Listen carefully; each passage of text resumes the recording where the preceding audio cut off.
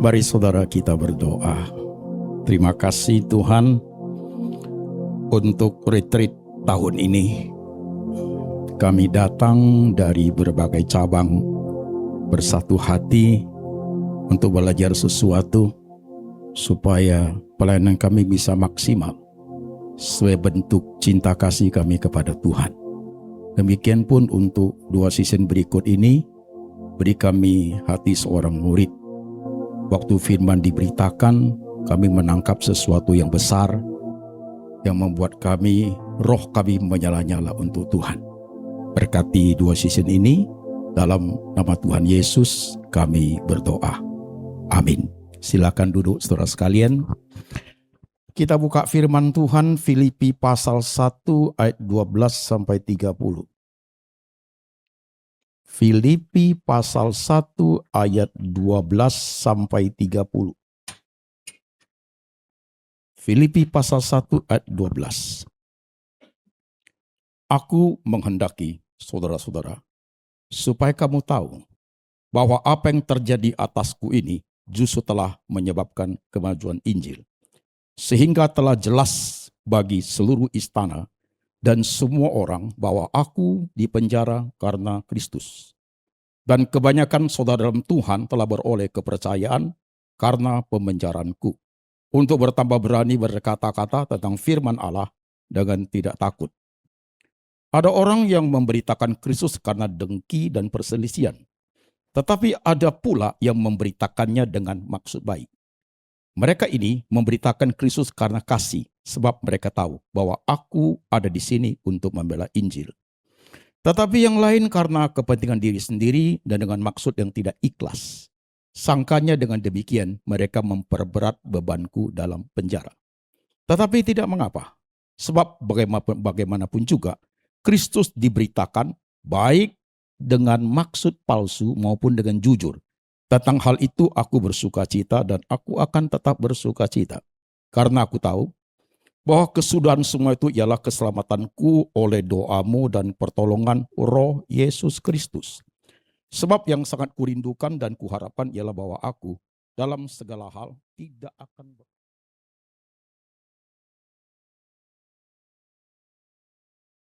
dimuliakan dalam tubuhku, baik oleh hidupku maupun oleh matiku. Karena bagiku hidup adalah Kristus dan mati adalah keuntungan. Tetapi jika aku harus hidup, itu berarti bagiku bekerja memberi buah. Jadi mana yang harus kupilih, aku tidak tahu. Aku didesak dari dua pihak dan aku ingin pergi dan diam bersama-sama dengan Kristus. Itu memang jauh lebih baik. Tetapi lebih perlu untuk tinggal di dunia ini karena kamu. Dan dalam keadaan ini, taulah aku akan tinggal dan akan bersama-sama lagi dengan kamu, sekalian supaya kamu makin maju dan bersukacita dalam iman. Sehingga kemegahanmu dalam Kristus Yesus makin bertambah karena aku, apabila aku kembali kepada kamu. Hanya, hendaklah hidupmu berpadanan dengan Injil Kristus, supaya apabila aku datang, aku melihat. Dan apabila aku tidak datang, aku mendengar, bahwa kamu teguh berdiri dalam satu roh, sehati sejiwa berjuang untuk iman yang timbul dari berita Injil, dengan tiada digentarkan sedikit pun oleh lawanmu. Bagi mereka semua itu adalah tanda kebinasaan, tetapi bagi kamu tanda keselamatan, dan itu datangnya dari Allah. Sebab kepada kamu dikaruniakan bukan saja untuk percaya kepada Yesus, melainkan juga untuk menderita untuk Dia, dalam pergumulan yang sama seperti yang dahulu kamu lihat padaku dan yang sekarang kamu dengar tentang aku. Amin. Demikian firman saudaraku. Tema dari retreat saudara adalah stay rooted dan stay on fire, atau stay rooted and keep the fire burning, saudaraku. Ini tema saya akan munculkan dengan beberapa pertanyaan untuk kita pikir sebentar, saudara sekalian. Baik kita yang jadi pendeta, kita yang jadi diaken, kita jadi majelis, kita jadi pelayan-pelayan Tuhan, atau kita orang Kristen atau Katolik, saudaraku, dari berbagai aliran gereja, kita melayani termasuk di Yaski seperti ini, saudaraku. Tanpa kita sadari, kita akan berdampingan dengan banyak saudara-saudara seiman, saudaraku. Ketika kita berdampingan dengan mereka, pasti kita lihat, saudaraku. Pasti kita lihat pertumbuhan rohani mereka, konsistensi mereka, kesungguhan mereka, roh mereka yang menyala, saudaraku, kadang timbul pertanyaan dalam hidup kita. Kok aku nggak bisa kayak dia ya? Kenapa ya? Ayo kita lihat ke Bible yuk. Kok Abraham begitu hebat ya? Dia bisa bilang, ya Tuhan, itu all. Persembahkan anakmu. That is the only one. Itu Ishak tuh dipersembahkan menurut Jewish historian Josephus. Waktu Ishak dipersembahkan itu range usia Ishak itu sekitar 25 sampai 30 tahun. Berarti kedalaman cinta seorang papa dengan anak itu dalam sekali. Tinggal dikawinkan itu. Bukan anak kecil. 25. Persembahkan anakmu tidak mudah loh. Yes, my Lord, saudaraku.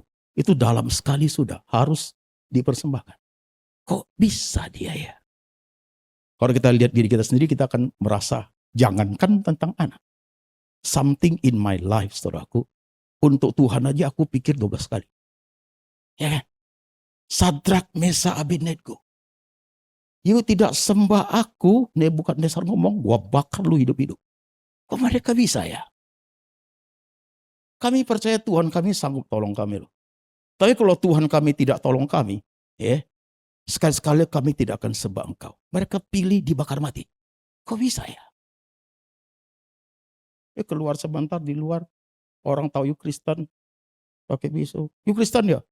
Yohanes namamu ya? Enggak, aku Abu Bakar. Lu ngomong gitu loh men. Kok bisa ya?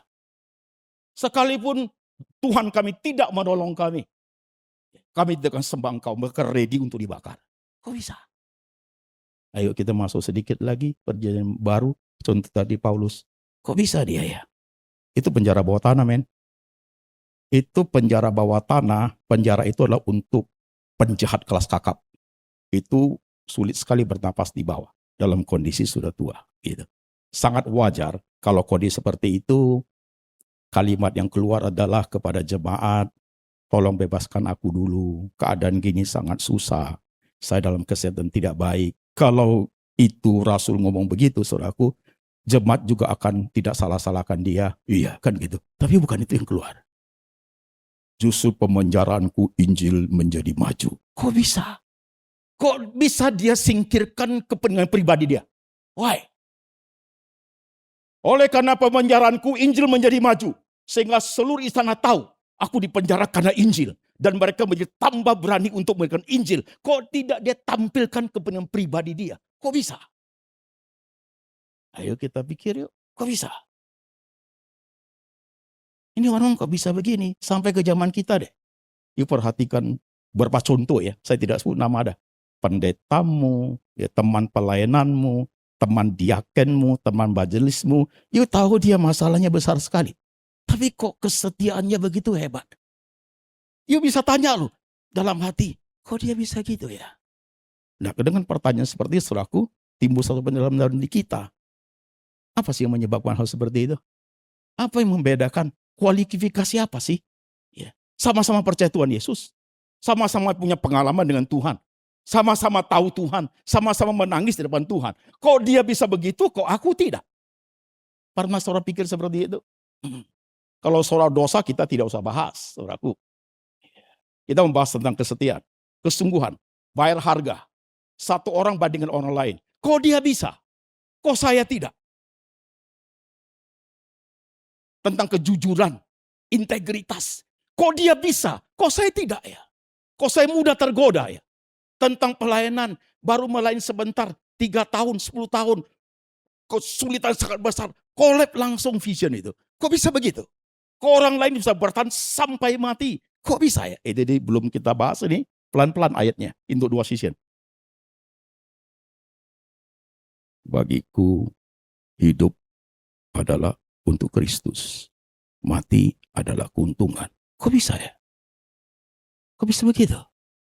Apa sih yang dia dapat? Apa sih yang mendasari dia seperti itu? Kenapa dia bisa rooted begitu kuat dan keep on fire burningnya, menjaga api berkobar itu sampai akhir hidup? Kok bisa? Ini harus kita bahas hari ini 2 season ini. Ini 2 season ini bukan menjadi suatu obat apa, enggak saudaraku. Paling membuka wawasan untuk saudara pulang mikir dalam pelayanan ini. Ya, begitu. Oke saudaraku, berarti kita harus urut. kita harus urut, saudaraku ya. Kita perlu urut perjalanan kerohanian kita kayak apa. Ada something dalam perjalanan kerohanian kita itu yang mungkin kualifikasinya kurang bagus, ada sesuatu yang mungkin miss di situ, atau yang tidak pernah tersentuh wilayah itu oleh kerohanian kita, atau kita tumbuh dalam satu gereja dengan arus teologi yang itu aja, saudaraku, tidak membuat kita tumbuh. Tidak membuat kita tumbuh. Atau kita hidup dalam lingkaran kebiasaan buruk kita, karakter, nggak tumbuh-tumbuh. 30 tahun jadi orang Kristen, itu aja modelnya, saudaraku. Wah, ini penting. Ini yang membedakan satu orang dengan orang lain, saudara sekalian. Jadi ketika dalam Kristen kita, saudaraku ya, dalam hidup kita sebagai orang Kristen, ini saya katakan ini Bible lah, oke? Nah, ketika kita percaya Tuhan Yesus, Bible itu mempengaruhi seluruh dimensi hidup kita. Mempengaruhi seluruh dimensi hidup kita, saudara sekalian, tanpa kita sadari, saudaraku, atau kita sadari. Ketika kita learning about Bible itu, dia akan muncul beberapa hal dalam hidup yang besar-besar sekali, saudaraku. Kalau dia naik ke atas, dia ada 4 arah ya. Sini 1, 2. Bertobat, terima Tuhan Yesus sebagai Tuhan dan Juru Selamat itu harga mati gitu. Semua tokoh sama. Oke? Saudara jangan tanya, dulu di PL nggak ada Tuhan Yesus, saya tidak bahas itu, saudaraku. Oke? Kemudian di sini 2 poin. Ini bertobat, terima Yesus sebagai Tuhan ya. Ini 2 poin. Knowing God, knowing self. Wah, ini besar sekali, men. Ah, inilah masalahnya di sini. Tahu Tuhan membuat kita tahu diri. Tahu diri membawa kita lebih tahu Tuhan.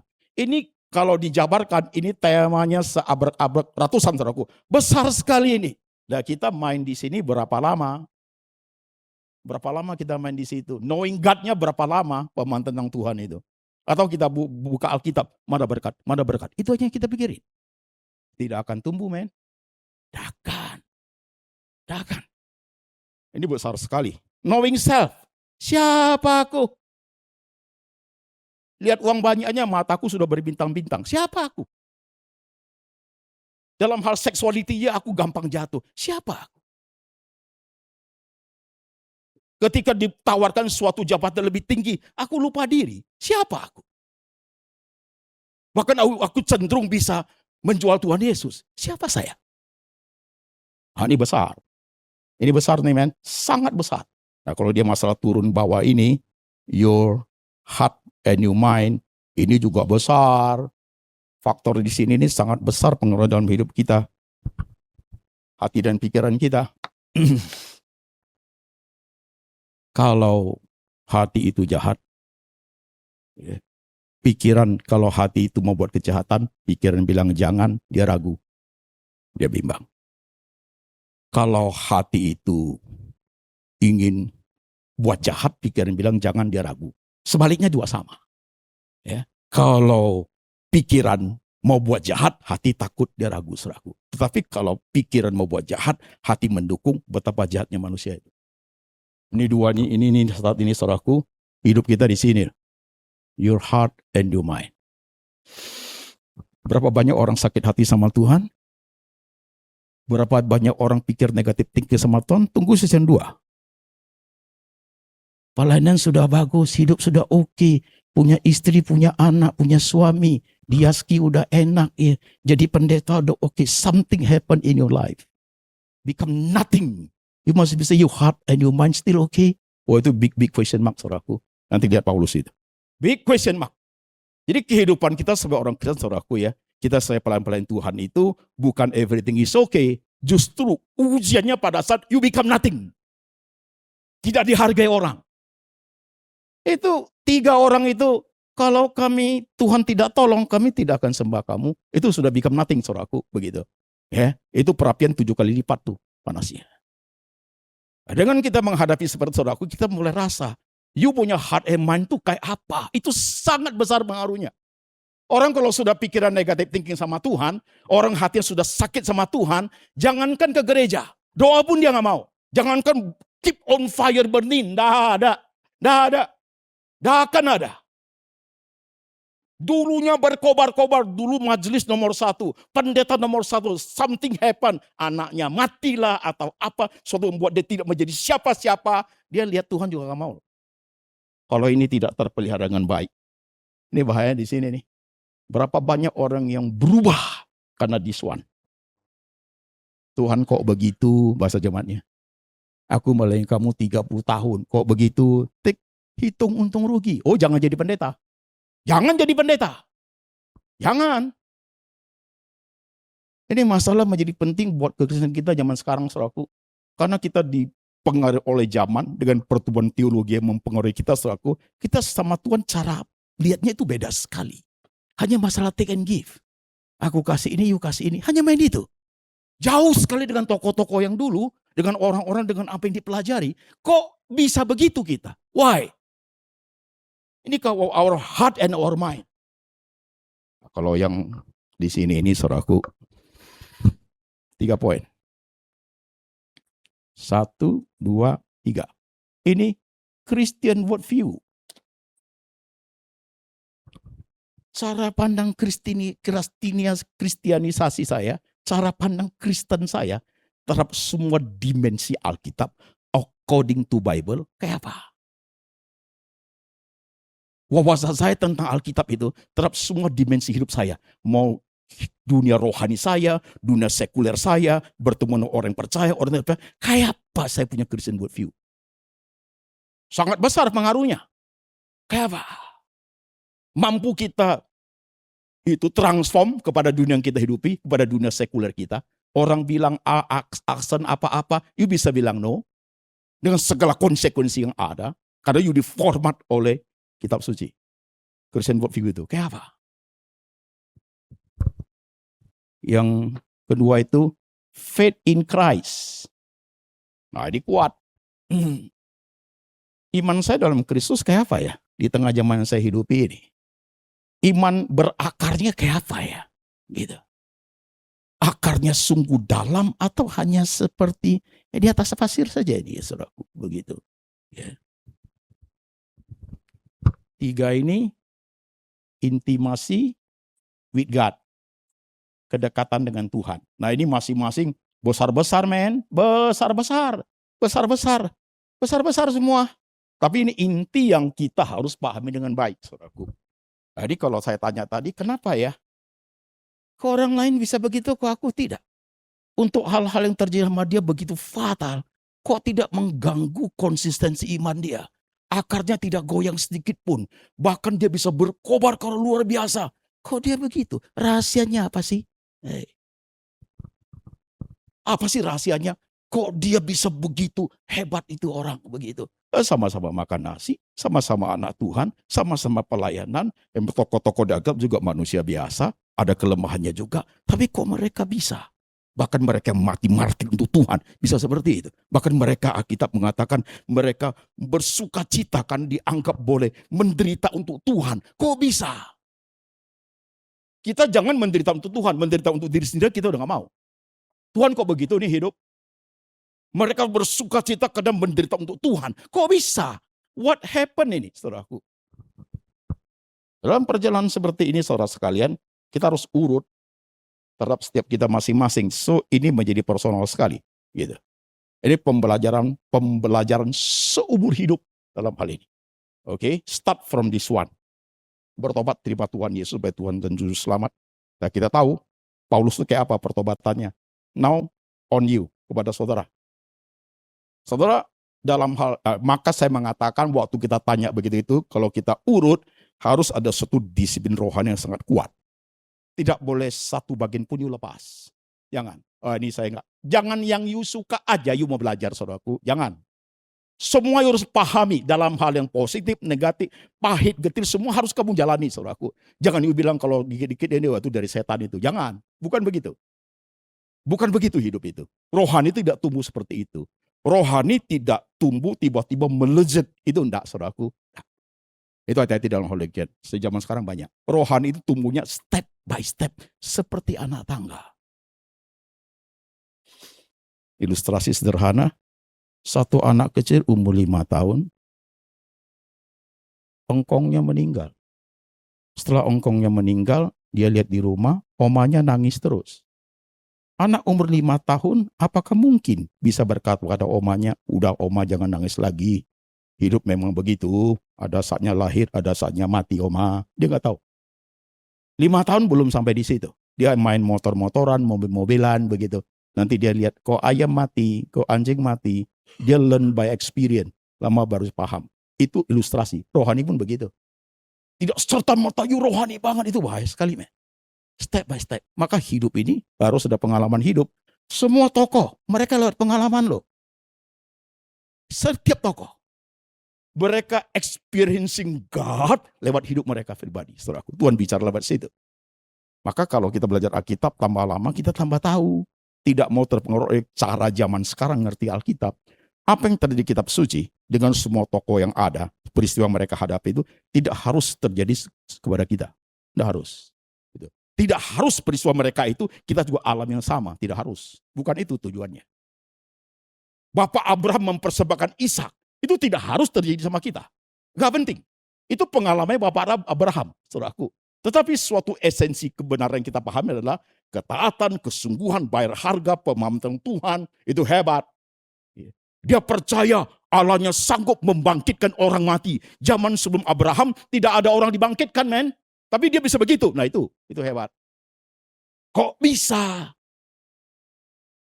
Ya pengalaman Bapak Abraham tidak harus jadi pengalaman kita. Abraham persembahkan anak, gue juga pengen nih. Lu bawalah anakmu si Joni yang 10 tahun itu. Gak ada Bukit Moria sini, you bawa ke Bukit Sentul sana. You bakar di situ, ditangkap lo, kriminal lo. Tuhan tidak suruh karena kita bego. Ahli baca Alkitab, mata jahat cungkil, tangan jahat potong. Keluar denominasi baru, jemaat cacat Indonesia. Buta, pendetanya buta, enggak begitu kan? Nah, kalau kita amin, amin tiap hari buka itu amin, hati-hati. Hati-hati belajar firman Tuhan. Itu kan jatuh dalam kesalahan yang sangat fatal. Gak bisa begitu, maka perlu suatu pemahaman yang mendalam begitu. If you listen like this, saudaraku ya, you takuni, itu nanti you punya preaching good. Touching soul, begitu. Saya dulu pernah jadi dosen ilmu berkhotbah. Akan preaching you bagus. Kenapa? Waktu you mendalami kebenaran itu, you memahami bukan sekedar fenomena. You come kepada esensinya. Di situ God is speaking to you. Jadi waktu pergumulan itu, you khotbah saudaraku, itu sampai menyentuh orang hati yang paling dia duduk dengar aja bisa turun sendiri loh air matanya. Nah itu di situ poinnya saudaraku. Dua pembicara firman yang sama, ya pembicara firman yang sama, pengaruhnya beda. Kok bisa? Pengaruhnya apa? Kok bisa satu sampai masuk ke dalam, sampai you tercengang-cengang gitu. Semua bagian you tutup itu seperti dibongkar semua. Seperti kamu tidak jadi apa-apa di depan Tuhan. Kok bisa? Yang satu tertawa-tawa, you get nothing, saudaraku. Begitu. Kok bisa? Pada ayat dibaca sama. Jadi saudara sekalian, rohani tidak tumbuh, tiba-tiba. No, step by step, kayak tangga dia. Lewat setiap pengalaman hidup you. Nah di situ you bisa rendah nggak? Ini yang membedakan satu orang dengan orang lain. Bisa nggak? Sini dulu. Saudara bertobatnya kapan? You should remember that. Bertobatnya itu lewat peristiwa apa? You harus pahami itu dengan baik. Ada yang so simple, saudaraku. Ya, lewat sekolah minggu. Ada yang lewat penyakit berbahaya. Kayak Paulus ya, lewat perjalanan buta, perjalanan ke Damsik itu buta. Ada juga orang lewat apa, caranya terserah Tuhan. Tapi pertobatannya sama. Terima Tuhan, saya Tuhan dan Juru Selamat. Nah ketika kita coba merendah, baru kita mulai start, baru dari sini nih. Our journey of faith saudaraku dimulai dari repentance-mu kayak apa. Itu sangat menentukan. Sangat menentukan. Di situ sebenarnya akar itu mulai tumbuh dari situ. Ya, suatu rasa hutang budi kepada Tuhan itu akan kuat di situ. Kembali ke sini ya ingat. You tahu Tuhan banyak, you lihat diri kamu itu jorok bukan main-main. Tahu Tuhan, tahu betapa rusaknya kita ini. Ya, you knowing God itu tambah tahu Tuhan aku orang kayak apa. Itu menjadikan suatu seperti cermin saudaraku. Yang saya buat kayak apa. Yang saya layani Tuhan sekian lama 10 tahun ini, semua apa hasilnya. Tidak berani kamu itu membandingkan dengan Tuhan. Tidak berani kamu hitung-hitung sama Tuhan. Kalau you tahu dia dengan baik. Nah berani men. Nggak berani. Yang saya kasih cuma seperti apalah. Ketika bisa korbankan nyawa pun nggak cukup untuk bayar ini, saudaraku. You nggak berani. Tapi kok ininya tidak bagus, wah repot. You akan tuntut Tuhan. Push, doanya pakai istilah push. Tuhan di-push until something happen. Pintu itu di-push. You bisa coba push Tuhan. Nah mungkin. Jadi kok kita pahami Tuhan dengan baik, itu open system seperti kaca, seperti cermin. You lihat diri, saudaraku, baru tahu diri lo kita lo. Dan ini penting. Ini penting. Ini wawasannya luas. Kalau you bisa tahu ini, saudaraku, ini mulai bersih lo, men. Ini mulai bersih lo. Baik pelayanan, tambah dikenal orang, tambah ini, you tambah takut ini. Biasa kan? Pohon tambah tinggi, angin tambah kencang, pasti datang itu.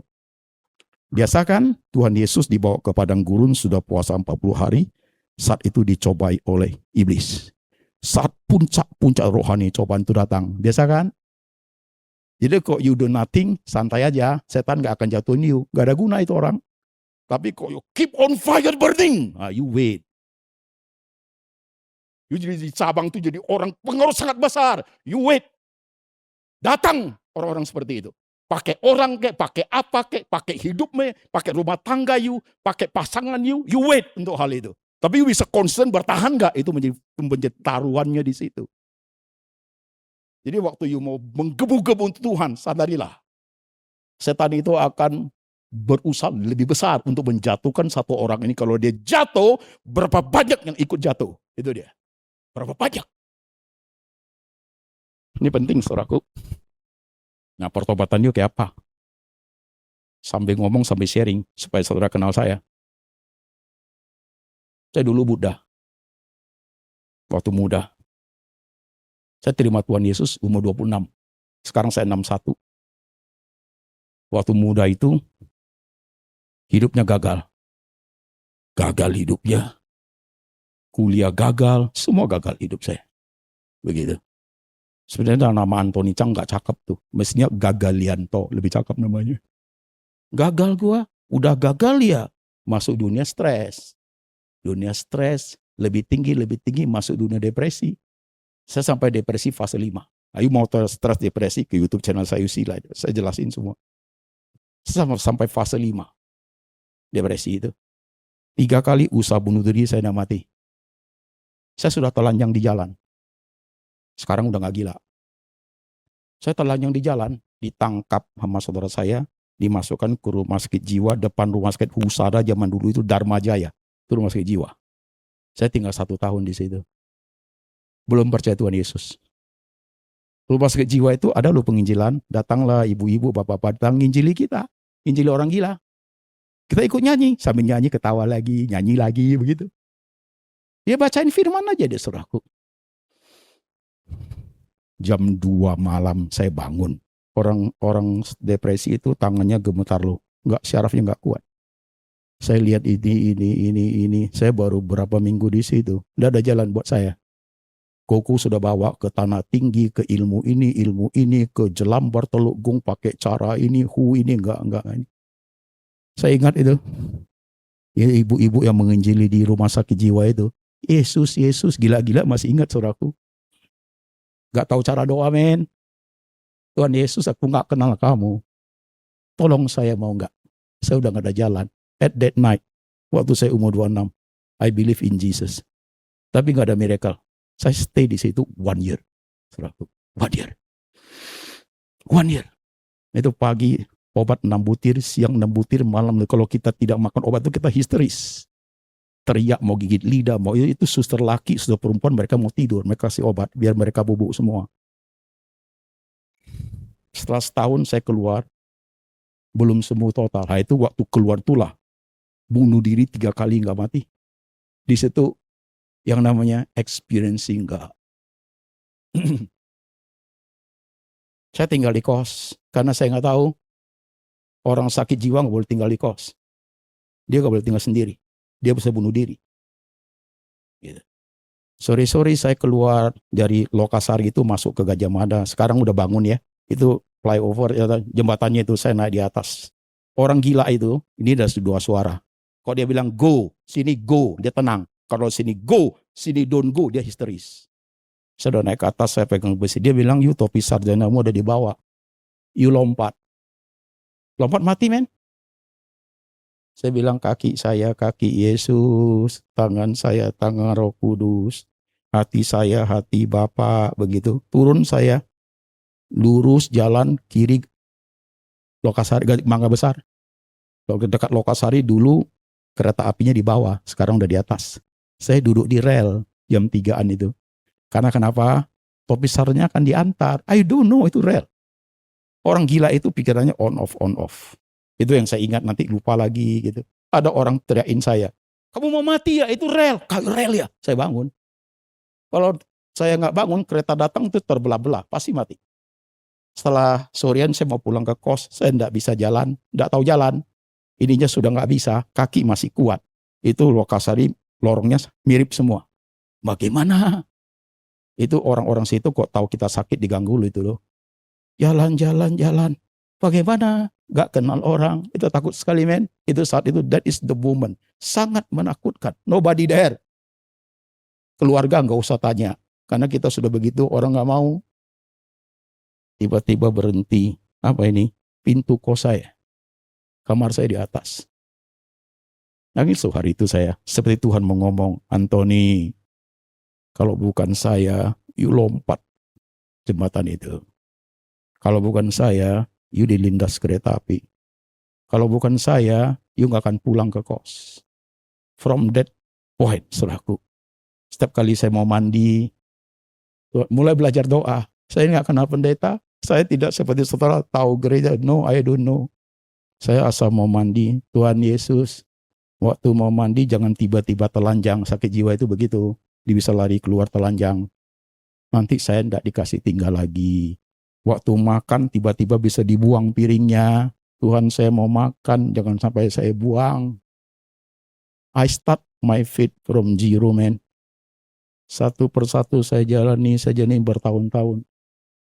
Itu namanya you punya faith growing. Itu namanya you learning about God. You knowing about yourself. Gitu. Nah mudah sih. Saudara, poin ini, saudara harus tahu. Yang kamu alami yang bawa di bertobat itu, saudaraku, air matanya di situ, rasa hutang budi sama Tuhan itu besar sekali. Nah, you sadar nggak bagian itu? Kalau untuk poin itu saya tidak, jangan harap you punya. Rutan itu tidak akan.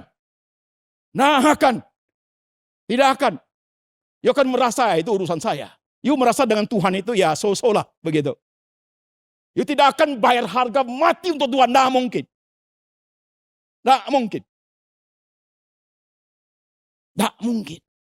Ya, tokoh-tokoh ini hebat luar biasa loh mereka loh. Lihat tuh Paulus. Luar biasa loh itu. Kenapa? Karena berakar itu kuat sekali. Kalau bukan Tuhan, dia orang hebat, orang terkenal. Ya, anggota Sanhedrin, tukang bakar gereja, tukang bunuh jemaat, saudaraku. Tuh. Apa enggak hebat itu pekerjaan dia? Ketika berhadapan dengan ini, saudaraku, hancur ini ya. Hancur lebur. Siapakah engkau? Akulah Yesus yang engkau aniaya. Hancur dia. Hancur dia, men. Habis dia. Itu menjadikan dia jadi rasul. Rasul. Setelah saya lewatin hal seperti itu, saudaraku, udah agak sembuh. Saya kan masih hidup. Ya, uang dari Cici udah habis. Saya dulu pernah sekolah bahasa Inggris sampai advance, lumayan kan. Saya cari kursus bahasa Inggris. Saya lamar, dikasih loh.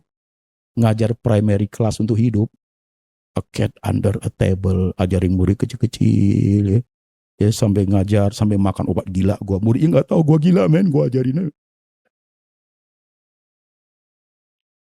Atau mulai bisa ke gereja. Mulai bisa baca buku Kristen. Kaset gua semua pendeta gua ambil, gua beli. Juga pendeta Sepantong gua beli mulai. Habis itu mulai ke street, sekolah Alkitab malam begitu. Mulai belajar tahu ini, tahu baca. Akhirnya masuk sekolah teologi ya. Pertama kali masuk ditolak saya. Karena orang pikir orang ini mana berguna.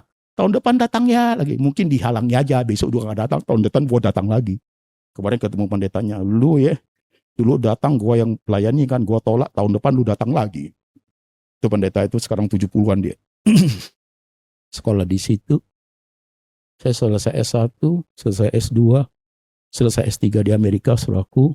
Saya dikenal banyak orang, di banyak kota, di luar negeri. Orang tahu saya orang gila, tapi ditolong Tuhan. You see life? You see life? Orang gila disembuhkan jadi pendeta. Banyak orang sekarang udah jadi pendeta baru gila, itu beda lagi imannya. Season 3 nanti, kapan-kapan kita bahas. Itu beda lagi, men. Nah, you see life? Nah, sekarang you harus terjemahkan dalam hidupmu masing-masing loh. Harus terjemahkan loh. Tidak hanya you dengar story, you harus terjemahkan dalam hidupmu masing-masing. Kayak apa hidupmu? You bertobat tuh kayak apa? You pelihara gak konsistensi itu? Sungguh gak you pelihara dengan kuat? Jadi kalau ini bertumbuh, ya, masuk ke sini, dia akan masuk ke bagian ini, saudaraku.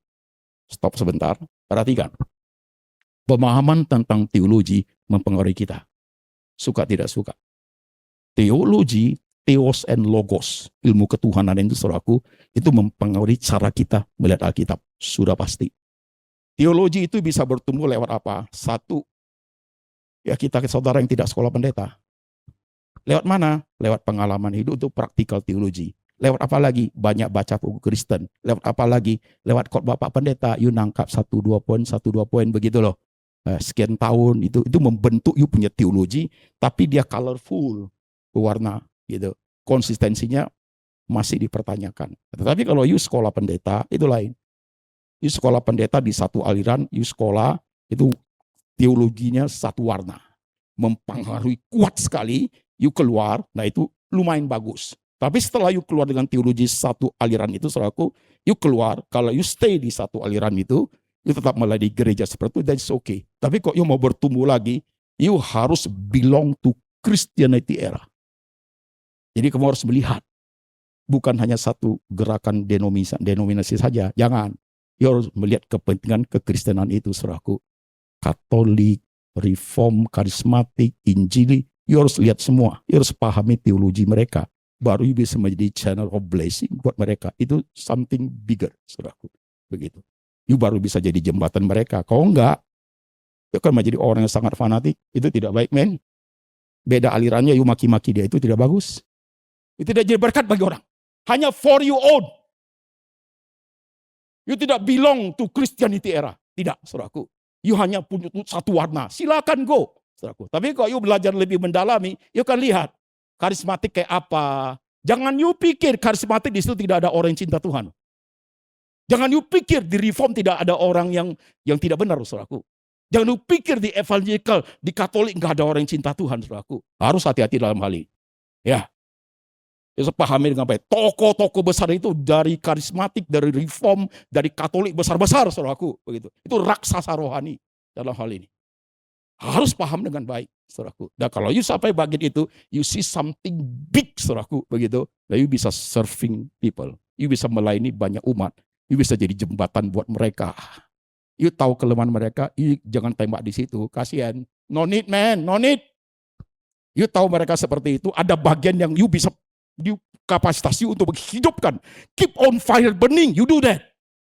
You lakukan itu. You do that. Ada bagian you bisa perlengkapi dari aliran seperti itu. You do that, karena mereka butuh bagian itu. Gitu. Kalau itu kuat, saudaraku, sudah, go.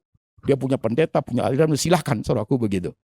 Itu menjadi penting untuk pelayanan zaman sekarang. Saudara, penting sekali. Oke, nah saya lihat Yaski ini kan banyak dari denominasi.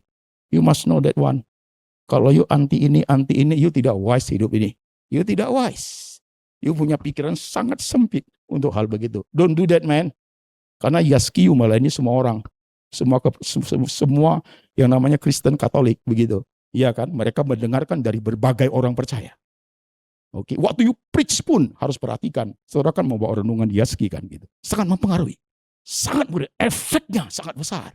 Begitu. Nah ini saudaraku, you should learn this one, you should learn this one. Saudara harus jabarkan sendiri, ya. Waktu jabar sendiri baru masuk ke sini, baru muncul di sinilah. Christian worldview harus belajar. Tadi saya bilang teologi ini ya. Tanpa disadari teologi ini mempengaruhi cara kita hidup. Sudah pasti theos and logos itu. Kayak apa you melihatnya Alkitab itu? Dibentuk oleh cara berpikir kita. Itu faktor sangat menentukan kemampuan kapasitas seseorang, saudaraku. Kapasitas seseorang untuk mempengaruhi zaman di mana kamu hidup, untuk mempengaruhi teman-teman Kristenmu itu seperti apa, teologi yang kamu pahami sangat menentukan. Gitu. Karena you must explain. You must explain. Ya, harus punya wawasan. Jangan you melayani satu warna. You doing nothing, man. Ke satu warna, you kembali ke gereja satu warna. Selesai di situ sampai mati. Beres. Tapi kalau mau come out, saudaraku, seperti Yaski ini, saudaraku, you serve all. You serve all believers yang percaya Tuhan Yesus.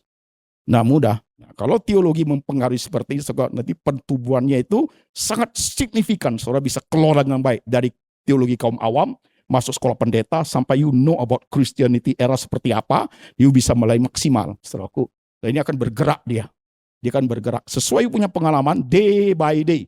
Ya, week by week, month by month, year by year, itu jalan. Nah, kalau sudah jalan seperti ini, saudaraku, nanti impact-nya, pengaruhnya, dampaknya positif maupun negatif, semua akan terpengaruh ke apa? You punya pelayanan, integrity, ya, you punya semangatmu, ya, burning kayak apa, you punya sinar mata, cara bicara you, karaktermu, saudara, itu kan keluar semua. Karena diubah oleh pemahaman seperti ini. Ini bukan simsalabim 1-2 bulan, no. It take years, bahkan puluhan tahun, saudaraku. Belajar seperti ini. Puluhan tahun. Nah, kalau sudah bisa seperti itu, people will see you.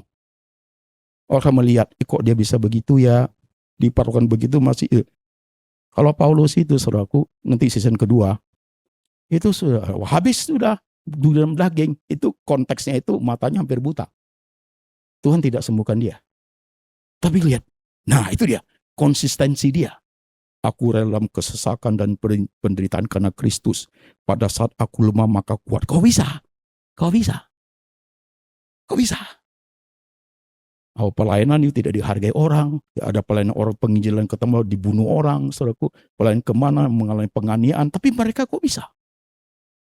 Nah, ini kuncinya waktu masuk kepada nanti mempengaruhi seluruh dimensi hidup kita, saudaraku. Cara you ngomong, cara you melayani di Yaski, saudaraku, akan menjadi sangat different, sangat berbeda. Karena pemahamannya sudah seperti ini, akan sangat berbeda. Masalah seksuality sangat besar, you harus hati-hati. Masalah uang, you harus hati-hati.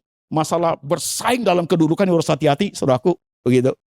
Apalagi sesama orang percaya, sesama kedudukan itu sangat besar impact-nya, sangat besar gesekannya, you harus hati-hati. Itu pembentuk karakter semua kita, saudaraku, karena you learn from this one. Gitu. Waktu you datang seperti itu, orang melakukan kontemplasi. Kontemplasi adalah merenungkan semua realita kehidupan, saudaraku, dengan mendalam bersama dengan Tuhan. Kontemplasi itu dulu di zaman Katolik itu, mereka ada ruangannya, ya tidak kemana-mana, di situ aja. Now, saya mengajar jemaat kontemplasi itu, not depend on time and space. Gak usah. Gak usah di ruang ratapan you ngapain, sampai tua ngapain, saudaraku. You bisa di Starbucks 15 menit. Habis kerja makan siang 10 menit, ya. Dalam mobil perjalanan keluar kota 1 jam, keluar negeri 2 jam, you duduk, you contemplate. Di rumah bisa. Tuhan, something wrong loh dalam diri saya ini, Tuhan. Contoh ya, saya debat dengan istri saya, Tuhan. Saya ini salah, tapi karena saya lebih pintar ngomong, suara saya lebih gede, bibir gue lebih doel, Tuhan. Begitu. Ya. Dia kalah suara, dia akhirnya dia ngaku salah. Udah ya, you senang kan? Tapi waktu kembali sendirian, when you contemplate, saudaraku, you kan ngomong, sebenarnya tidak begitu, Tuhan. Dia yang benar loh, hanya karena gua gini, gua enggak, itu contemplate. Itu you purify your heart and mind. Sebenarnya saya enggak boleh begitu, Tuhan. Sama dengan masalah uang semua. You contemplate, you akan, Tuhan, God is speaking to you. You akan rasa hatimu itu ya. Nah, ini orang kan nggak mau belajar begitu. You sudah lihat uang, lihat masalah seksual, you lupa semua. Kontemplasi itu kalau you jalan, you takut buat dosa, men. Seperti ada big warning di situ. Kalau you sudah tidak keep on fire burning, saudaraku ya, akan kelihatan sekali. Kok aku gelisah sekarang ya? Ada apa ini ya? Itu you punya signal, sensitivitas, sangat sensitif, sangat alert you orang dalam hal rohani. Begitu. Ada something wrong sudah sama saya ini, Tuhan. Kalau saya sudah ini udah mulai ada something ini, Tuhan. You sense gitu. Tapi orang yang tidak rohani begitu dia enggak. Sampai jatuh baru dia sadar, itu sudah telat, men. Rohani harus sampai ke titik yang paling sensitif, sama seperti mata. Yuk kalau ada pasir kena mata, langsung dia bereaksi. Air mata, tutup langsung, kasih air mata, keluar beres, saudaraku. Tidak ada orang kena pasir masih santai, ngomong, orang gila pun tidak begitu. Nah, rohani harus sampai seperti itu. Something wrong ini saya. Sudah gak benar nih Tuhan. Itu teman sepadan Yaski itu, dia orangnya baik. Gue kasih kalimat gosip yang mau buat destruction dia. Gue udah gak benar nih Tuhan. Walaupun you pintar. Jabatan lu tinggi. Gue gak benar nih Tuhan. Itu hasil daripada you ngerti yang kayak gini. You bisa nangis depan Tuhan loh. Kok aku begini jadi sebagai seorang bahkan pendeta majelis pelayan Tuhan. Termasuk gue yang bukan pendeta. Gue kerja di Yaski Tuhan. Kok gue begitu modelnya. Itu benar-benar you melihat cermin. Nah, kalau you bisa praktek begitu, bayangkan. Can you imagine? You lakukan itu 10 years. Kayak apa ini hidup? Kayak apa? Konsistensi kekuatan seperti ini dalam perjalanan pelan tapi pasti itu akan menciptakan dalam diri kamu itu suatu mission in action. You akan sadar kapasitas kamu, pimpinan Tuhan kepadamu, vision dan misi itu ada dalam dirimu. You akan jalan itu sampai mati. Sampai mati. Ada jadi misioneri, ada jadi pendeta, ada jadi gembala, ada jadi penginjil, ada jadi pengkhotbah, atau ada menjadi orang Kristen kaum awam saja. Tapi saya kalau reform disebut apa itu istilahnya apa? You jadi profesional Kristen, saudaraku, begitu. Ya, jalani seperti itu sampai kapan? Sampai mati. Jadi kembali ke kita masing-masing loh. Jangan kalah dengan pendeta. Jangan kalah dengan pendeta. Mau tahu nggak? Seorang pendeta jatuh dalam dosa seksual, saudaraku. Dia lebih rendah nilainya dengan seorang tukang becak Kristen yang hidupnya benar. Trust me. Ya. Ini tukang becak Kristen dia. Ya. Istrinya 1, anaknya 4. Dia kerja rajin, kerja hanya beberapa uang. Tapi dia takut Tuhan. Nilai dia lebih tinggi daripada seorang pendeta besar. Ya. Hati lo dalam hal ini. Perhatikan dengan baik lo hidup ini. Jangan karena you pintar ngomong, pintar sudah terkena, everything menjadi bahaya sekali. You sudah besar punya itu, jadi membuat kita itu menjadi sangat berbahaya. Pernah ikuti gimana orang uji sedang lacak talenta, lacak bakat. Ini coba contoh aja. Stetoskop dokter, pistol, Alkitab, uang. Suruh anak itu masuk, lihat dia pegang apa gitu. Dia pegang alat ini, dokter suatu hari, mau dokter hewan kayak, pokoknya dokter. Dia datang langsung ambil uang, businessman ini sudah. Dia ambil Alkitab, saudaraku, wah Pak Pendeta. Kok dia masuk, uang taruh di kantong, pistol selip di sini, pegang Alkitab, itu politikus men. Sudah pasti. Sudah pasti itu, dia pakai semua bos. Itu politikus, sudah pasti itu. Use everything. Saudaraku, begitu. Now depend on you season 1 ini. Ya, you mau rooted-nya kayak apa? You mau rooted itu kayak apa? Tidak ada yang bisa pengaruhi you loh. Adalah in between you and God. Itu dia. Kita tidak bisa pengaruhi you. Gak mungkin. Hanya kesadaran you paling dalam itu. You have time. You punya pengalaman hidup. You punya pengalaman hidup yang luar biasa, yang sulit, yang amat sulit, berbahaya apa? You sudah dalam seni merangkai kesulitan hidup, you rangkai gak? Atau you just go on, sudah saya udahlah, udah bayar harga, udah apa? You get nothing dari situ, sayang banget tuh hidup. Ya, yang senyum, yang tawa, yang sulit, semua dalam Tuhan itu something sangat precious. You gak dapat. Wah, pasti tidak pernah akan rohani seperti apa-apa. Ya begitu aja, sampai mati men. Tuhan kasih wadah. Tuhan kasih pengalaman, Tuhan kasih kesulitan, Tuhan kasih tantangan, Tuhan kasih berkat. Semua mampu kamu olah gak? Saya bagian dari hidup di mana tangan Tuhan. God is speaking to you through your conscience. Lewat hati nuranimu terhadap semua bagian itu. You sense gak bagian itu? Kalau tidak, habis. Trust me. Tidak jadi siapa-siapa. Rohani ya begitu aja lah. Kristen ya begitulah. Nah, itu dia. Bisa pindah iman lo? Bisa. Bisa pindah kepercayaan lo? Bisa. Bisa sampai benci Tuhan, tidak mau gereja lo? Bisa. Seorang hamba Tuhan bisa pindah kepercayaan? Sangat bisa. Karena mereka hanya begitu cara hidupnya. Ayo jujur yuk, berapa banyak pendeta seperti itu sekarang? Ngeri gua liatnya men. Ngeri. Ngeri. Ngeri sekali. You do this one. You kembangkan sendiri, saudaraku. You kembangkan sendiri, lihat sendiri. You punya life lah. Di situ ada Tuhan yang guiding you. You life kayak apa. Jadi life itu juga akan menjadi seperti ini. Ini kan before. Sebelum you percaya Tuhan, kayak apa. Ini after ya. Setelah you percaya Tuhan, kalau ini you sudah pulang ke surga lah. Nanti aja lah men. Ya. Nah. Kalau ini nih, nah ini nih jatuh bangun nih, nah lagi naik gaji, turun gaji, ini masalah you ini. Inilah, ini. Apa yang kau pelajari hal seperti itu? You tahu Tuhan tentang apa? Itu grafik naik turun itu. Seperti apa you pahami Tuhan? Hanya nangis saja. Hanya meronta-ronta saja. Hanya komplain saja. You learn nothing. You tidak belajar apa-apa hidup ini. You tidak tahu apa-apa. You bahkan tidak sen Tuhan mau bicara apa, you lihat kesulitan amat sulit. Paulus itu luar biasa banyak sulitnya dia. Baca dia deh saudaraku, berapa puluh kali pukulan, bahaya di darat, bahaya di laut, bahaya jemaat, semua dialami saudaraku. Hebat ini orang satu ini. Kalau dia hidup, kalau kita hidup zaman ini, Pak Paulus, coba buka bajumu, you will see. Semua cacat. Semua cacat. Tapi dia bisa ngomong loh, bagiku hidup untuk Tuhan, mati adalah keuntungan. You nangis men. You mendalami ayat itu, you akan nangis. Kalau you tidak mendalami, you akan bingung.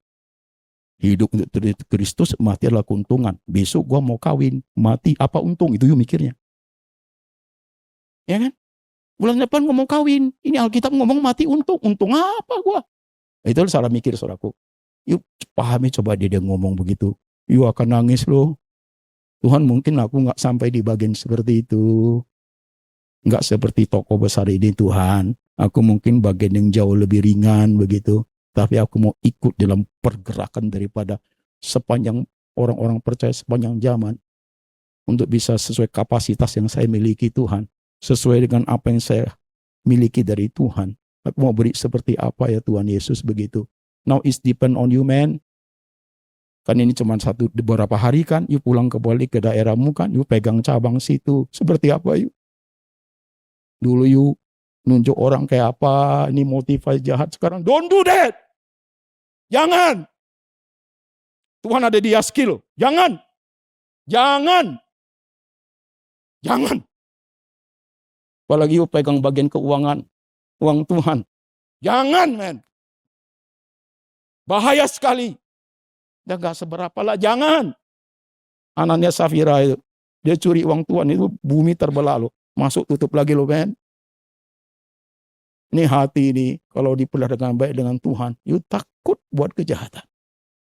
Kesempatan untuk kita buat jahat itu sangat besar loh. Sangat besar loh. Sangat banyak kesempatan itu. Kayak saya, menjadi preacher terkenal di mana-mana. Mau buat kejahatan itu sangat besar. Sangat besar. Orang trust me. Orang ada masalah cari saya. Ya.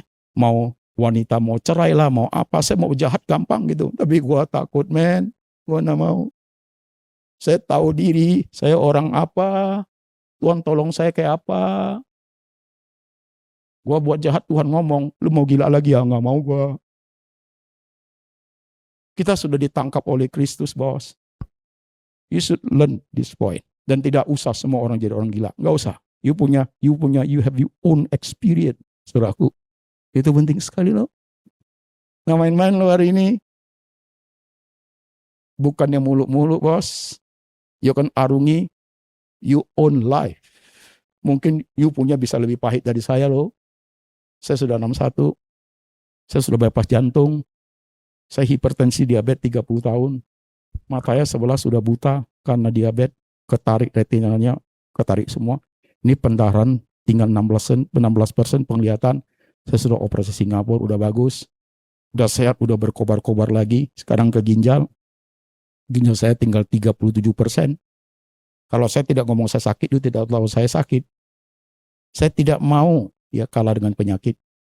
Ya mau, saya tidak mau khotbah di saudara Soria, gak bisa berdiri lama karena aku sakit ginjal. Jangan khotbah. Jangan khotbah. Lihat Paulus tadi itu. Oleh pemenjaraanku Injil menjadi baju. Kalau you minta belas kasihan orang di mimbar, jangan khotbah, suruh orang lain khotbah. Saudara Soria ini jangan khotbah. You jangan minta pengertian mereka.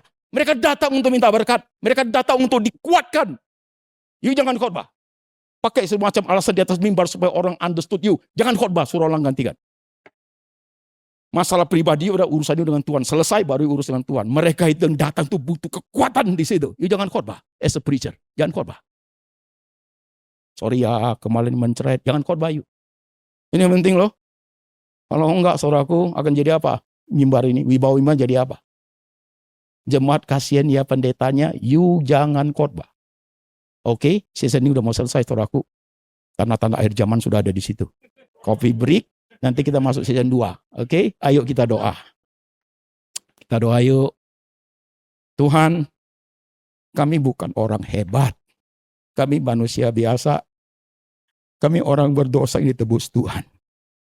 Di luar sana masih banyak orang jauh lebih pintar dari kami. Lebih pintar, lebih hebat, lebih kaya, lebih. Tapi Tuhan pakai kami. Tuhan mau pakai kami.